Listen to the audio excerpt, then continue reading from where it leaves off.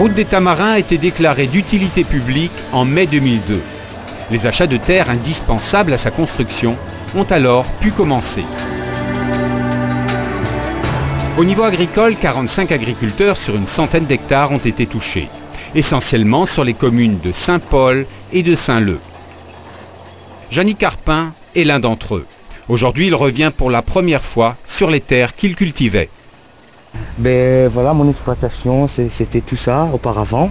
Et comme vous voyez maintenant, il y a la route qui est passée par là. Et on voit réellement les travaux qui ont été effectués depuis.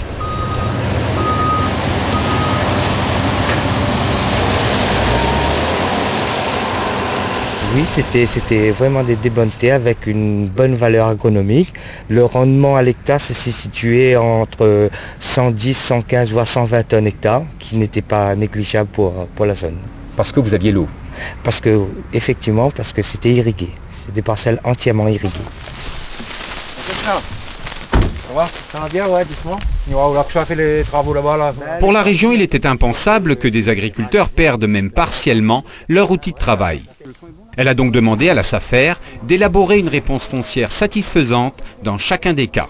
Et après l'année prochaine, s'ils ne donnent pas les 2 hectares qui manquent, on n'a plus à faire de travaux. Voilà, fini pour eux. Ce sera fini, ouais. Ce sera l'histoire close. Ok, ben impeccable. Voilà l'emprise de la route des Tamarins. Tout le long, il y avait des exploitations qui étaient touchées. Et sur l'ensemble des agriculteurs, 5 ont été particulièrement touchés, ce qui a obligé la SAFER à leur rétrocéder une nouvelle exploitation.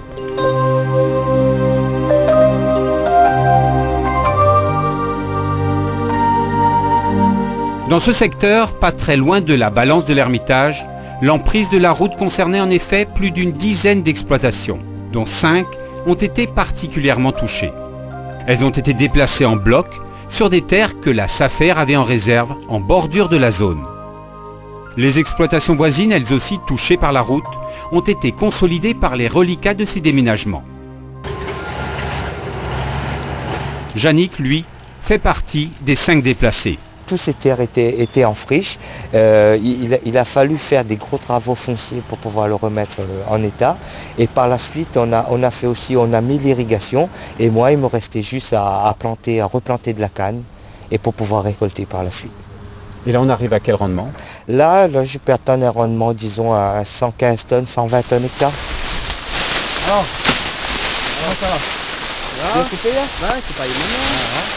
C'est chaud, mais...